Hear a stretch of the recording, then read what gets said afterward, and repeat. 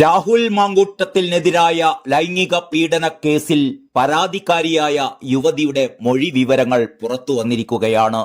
ഗർഭഛിദ്രം നടത്താൻ രാഹുൽ സുഹൃത്തു വഴി ഗുളിക എത്തിച്ചു എന്നാണ് യുവതി മൊഴി നൽകിയിരിക്കുന്നത്. വീഡിയോ കോൾ വിളിച്ച് രാഹുൽ ഭീഷണിപ്പെടുത്തിയതോടെയാണ് ഗുളിക കഴിച്ചതെന്നും ഗുളിക കഴിച്ച ശേഷം ഗുരുതരമായ ശാരീരിക പ്രശ്നങ്ങൾ ഉണ്ടായി എന്നും യുവതി പോലീസിന് നൽകിയ മൊഴിയിലുണ്ട്. ഒരു സർക്കാർ ആശുപത്രിയിലെ ഗൈനക്കോളജി ഡോക്ടറെയാണ് സമീപിച്ചത് എന്നും പരാതിക്കാരി പറയുന്നുണ്ട്.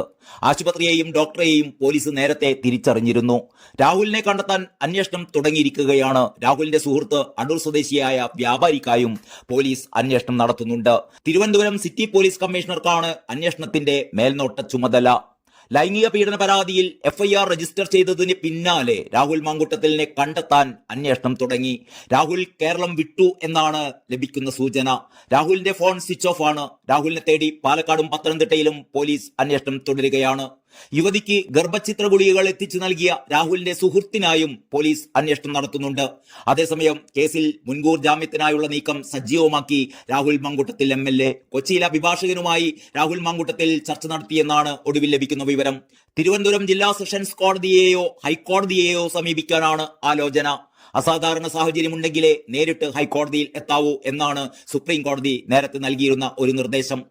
MLA ആണ് എന്നതും അറസ്റ്റ് സാഹചര്യമുണ്ടെന്നതും ചൂണ്ടിക്കാട്ടി ഹൈക്കോടതിയിൽ ടുഡേയായി ഹർജി എത്തിക്കാനുള്ള സാധ്യതയാണ് പരിഗണിക്കുന്നത്. അല്ലെങ്കിൽ തിരുവനന്തപുരത്ത് ഹർജി നൽകും. തിരുവനന്തപുരം വലിയമല പോലീസ് സ്റ്റേഷനിലാണ് FIR രജിസ്റ്റർ ചെയ്തിട്ടുള്ളത്. വിവാഹ വാഗ്ദാനം നൽകി പീഡിപ്പിച്ചു, നിർബന്ധിച്ച് ഗർഭഛിദ്രം നടത്തി എന്നീ കുറ്റങ്ങളാണ് രാഹുൽ മാങ്കൂട്ടത്തിനെതിരെ ചുമത്തിയിരിക്കുന്നത്. കേസ് പിന്നീട് നേമം പോലീസ് സ്റ്റേഷനിലേക്ക് കൈമാറുകയായിരുന്നു. 0 FIR ആണ് വലിയമല സ്റ്റേഷനിൽ ഇട്ടിരിക്കുന്നത്. കുറ്റം നടന്നത് നേമം സ്റ്റേഷൻ പരിധിയിലായതിനാലാണ് അങ്ങോട്ടേക്ക് മാറ്റിയത്. യുവതിയുടെ രഹസ്യമൊഴിയെടുക്കാൻ ഇന്ന് തന്നെ പോലീസ് അപേക്ഷ നൽകും.